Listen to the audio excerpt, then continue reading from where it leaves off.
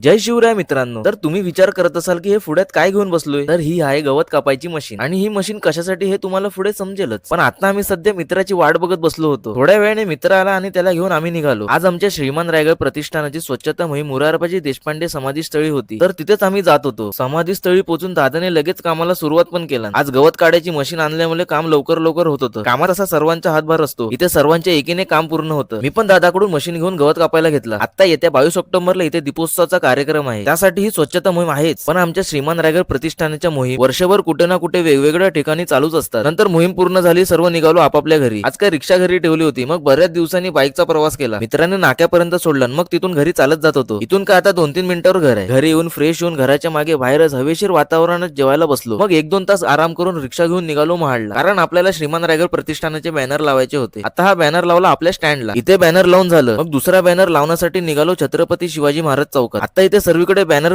लावायचं कुठं तेच काय समजत नव्हतं. नंतर खूप शोधल्यावर शेवटी एक जागा भेटली. पटापट तिथे मग बॅनर लावून घेतला. ह्या लोकेशनला बॅनर लावलेला आहे. सर्वांनी आपल्या हक्काचा एक दिवा लावण्यासाठी कार्यक्रमाला नक्की या. 22 ऑक्टोबर मोरारबाजी समाधी स्थळ किंजलोळी.